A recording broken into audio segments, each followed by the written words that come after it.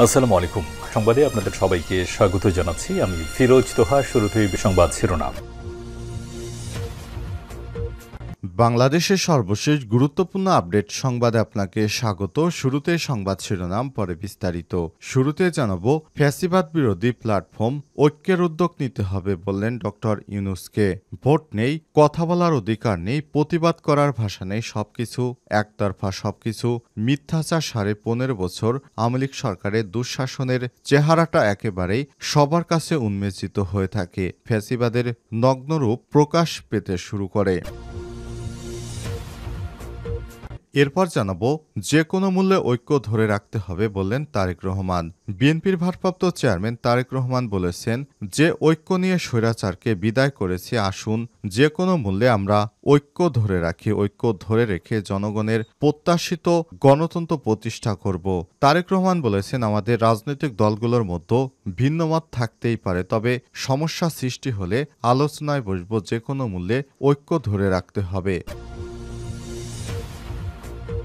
এদিকে শৃঙ্খলা ফেরেনি পুলিশে, কাটছে না অস্বস্তি, স্বাভাবিক কার্যক্রম ব্যাহত।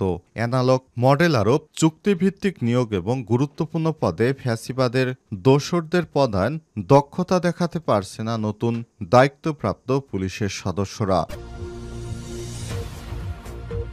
জানাবো, হাসিনা বিরোধী আন্দোলন সম্পর্কে জানলেও হস্তক্ষেপ করতে পারেনি ভারত। ভারতের পররাষ্ট্রমন্ত্রী জয়শঙ্করের দাবি, সাবেক স্বৈরাচার প্রধানমন্ত্রী শেখ হাসিনার বিরুদ্ধে বাংলাদেশের মানুষের মধ্যে শক্তিশালী যে বিক্ষোভ সৃষ্টি হয়েছিল সে সম্পর্কে ভারত অবগত ছিল, তবে এ বিষয়ে ভারত কোনো হস্তক্ষেপ করতে পারেনি বলে দাবি করেছেন দেশটির পররাষ্ট্রমন্ত্রী এস জয়শঙ্কর।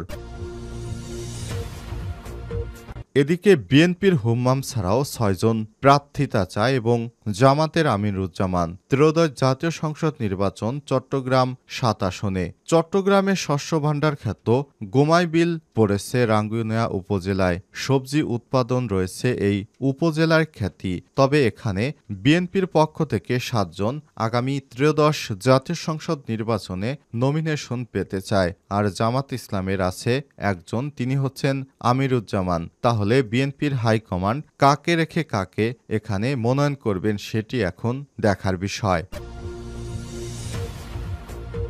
এবং সর্বশেষ জানাবো, যুদ্ধবিরতি ভেঙে এবার লেবাননে হামলা চালালো দখলদার ইসরায়েল বাহিনী, নিহত 8। যুদ্ধবিরতি লঙ্ঘন করে এবার লেবাননে হামলা শুরু করেছে দখলদার ইসরায়েলি বাহিনী। লেবাননের দক্ষিণ অঞ্চলের বিভিন্ন এলাকায় ইসরায়েলের বিমান হামলা ও গোলা বর্ষণে 2টি শিশুসহ অন্তত 8 জন নিহত হয়েছে। প্রিয় দর্শক, 1 বছর ধরে ইসরায়েলি বাহিনী ও লেবাননের সশস্ত্র গোষ্ঠী হিজবুল্লাহর পাল্টাপাল্টি হামলার পর যুক্তরাষ্ট্র ফ্রান্সের মধ্যস্থতায় গত নভেম্বরে যুদ্ধবিরতি কার্যকর হয়। এরপর প্রথমবারের মতো দেশটিতে আবারও হামলা চালাচ্ছে দখলদার ইসরায়েলি বাহিনী। প্রিয় দর্শক, এতক্ষণ শুনছিলেন সংবাদ শিরোনাম, এবারে বিস্তারিত।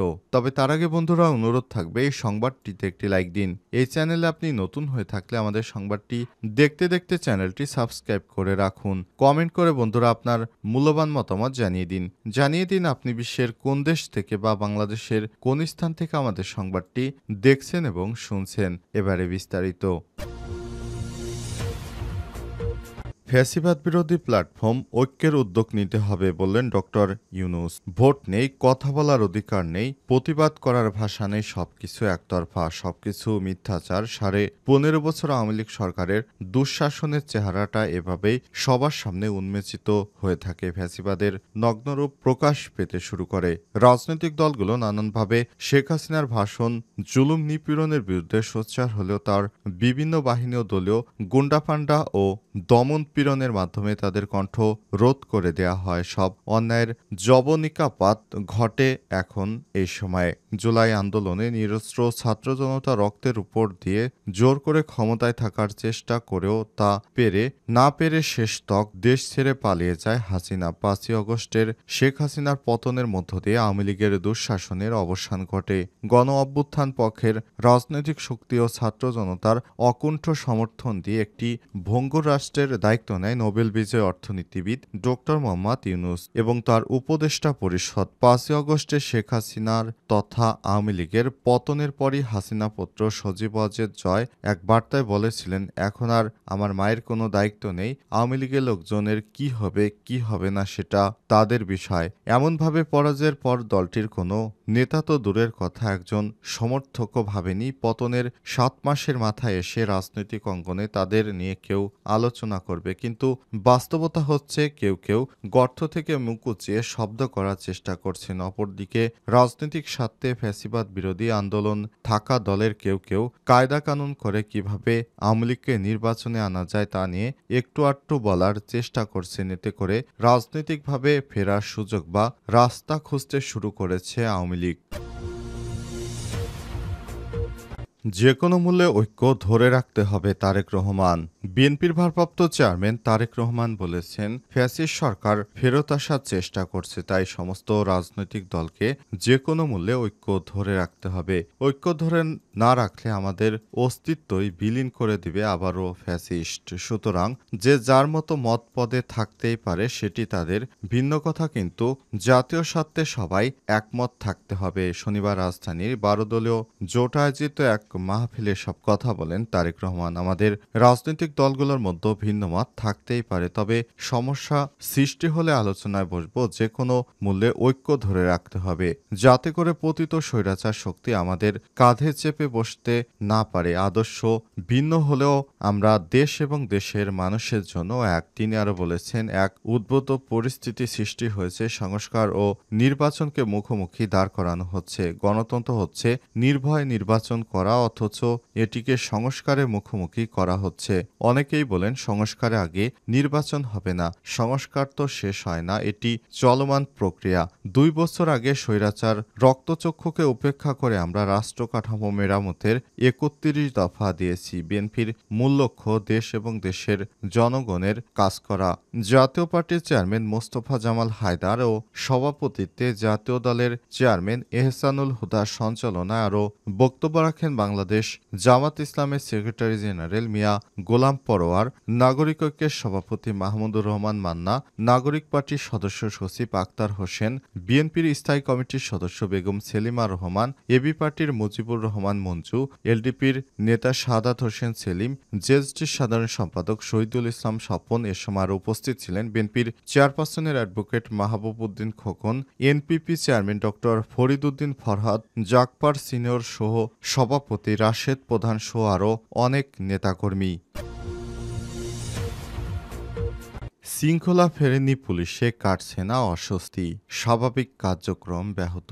পুলিশ প্রশাসনে অস্বস্তি কাটছে না, হাইকমান্ডে অস্থির অবস্থা বিরাজ করায় আইন প্রয়োগকারী সংস্থায় ফিরছে না শৃঙ্খলা। এতে বাধাগ্রস্ত হচ্ছে স্বাভাবিক কার্যক্রম। এ কারণে ঘুরে দাঁড়াতে পারছে না পুলিশ প্রশাসন। আইন শৃঙ্খলার উন্নয়নে অ্যানালগ মডেল আরোপ, চুক্তিভিত্তিক নিয়োগ, গুরুত্বপূর্ণ পদে ফ্যাসিবাদের দোসর পদায়ন সহ নানা কারণে পুলিশ প্রশাসন এখনও এই অবস্থা তৈরি হয়ে আছে। সংশ্লিষ্ট একাধিক সূত্র যুগান্তরকে এসব তথ্য জানিয়েছে। জানতে চাইলে পুলিশ মহাপরিদর্শক আইজিপি বাহরুল আলম চৌধুরী যুগান্তরকে বলেছেন, পুলিশের ভেতরে এখন কোনো অস্বস্তি নেই, শৃঙ্খলা পুরোপুরি ফিরে এসছে। তিনি আরো বলেন, পদ খালি থাকলেই পদোন্নতি দিতে হবে, এটা কোনো আইনে বলা নেই। তিনি আরো বলেন, পুলিশের কারো মধ্যে কোনো ক্ষোভ নেই, সবাই স্বচ্ছন্দে সুশৃঙ্খলভাবে কাজ করছে। সূত্র আরো জানায়, ছাত্র জনতার অভ্যুত্থানের পর পুলিশের নেতৃত্বে পরিবর্তন শুরু হয় গত বছরের ৭ই আগস্ট। অবকাঠামোগত সমস্যা ও মানসিকভাবে বিপর্যস্ত মাঠ পর্যায়ের পুলিশ সদস্যদের নিয়োগ যাত্রা শুরু করে নতুন নেতৃত্ব। গণ অভ্যুত্থানের জেরে অন্ধ হয়ে যা থানাগুলো সচল করেন তারা। ষড়যন্ত্রমূলক বিভিন্ন আন্দোলন সামাল দিয়ে উন্নতি ঘটতে থাকে আইন শৃঙ্খলা পরিস্থিতিরও।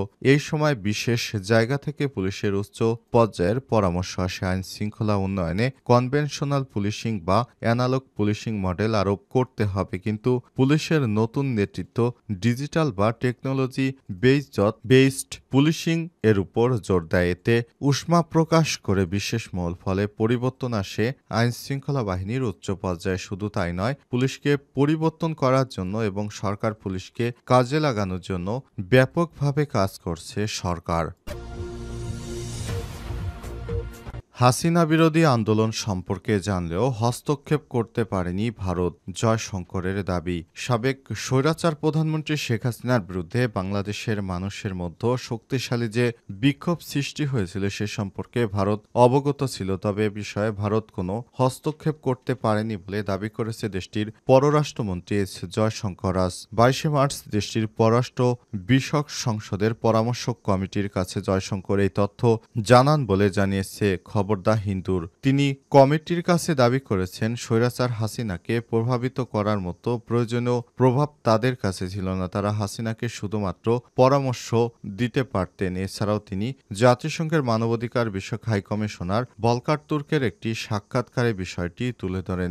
বিবিসি ওয়ার্ল্ডের হার্ট টক অনুষ্ঠানে দেয়া সাক্ষাৎকারে তুর্ক জানান, বাংলাদেশের নিরস্ত্র সাধারণ মানুষের বিরুদ্ধে না যেতে সেনাবাহিনীকে অনুরোধ জানিয়েছিলেন তারা। তিনি দাবি করেন ওই সময় সতর্কতা দেওয়া হয়, নিরস্ত্র মানুষের বিরুদ্ধে গেলে জাতিসংঘের শান্তিরক্ষী বাহিনীতে বাংলাদেশকে নিষিদ্ধ করা হবে। আন্তঃবাহিনী জনসংযোগ পরিদপ্তর আইএসপিআর পরবর্তী অবশ্য জানায়, জাতিসংঘের মানবাধিকার হাইকমিশন ভলকার তুর্ক সেনাবাহিনীর ব্যাপারে সরাসরি কিছু বলেননি। এর বদলে তৎকালীন প্রধানমন্ত্রী শেখ হাসিনাকে তিনি এই কথাটি জানিয়ে থাকতে পারেন। দ্য হিন্দুর প্রতিবেদনে বলা হয়েছে, পররাষ্ট্রমন্ত্রী বিষয়ক পরামর্শক কমিটি জয়শঙ্করের সঙ্গে প্রতিবেশী দেশগুলোর সঙ্গে ভারতের পররাষ্ট্র নীতি নিয়ে খোলামেলা আলোচনা করতে বৈঠকে বসছিলেন। বিশেষ করে বাংলাদেশ, মিয়ানমার, মালদ্বীপ, শ্রীলঙ্কা, পাকিস্তান এতে প্রাধান্য পায়। এছাড়াও তারা মিয়ানমারের গৃহযুদ্ধ এ নিয়ে ভারতের প্রস্তুতি ও দক্ষিণ এশিয়ার জোট সার্কের পুনর্জাগরণ নিয়ে আলোচনা করেন। এতে তিনি এই জোটটির কার্যক্রম আবার শুরু করার ইঙ্গিত দেন। 2016 সাল থেকে সার্ক অকার্যকর হয়ে আছে।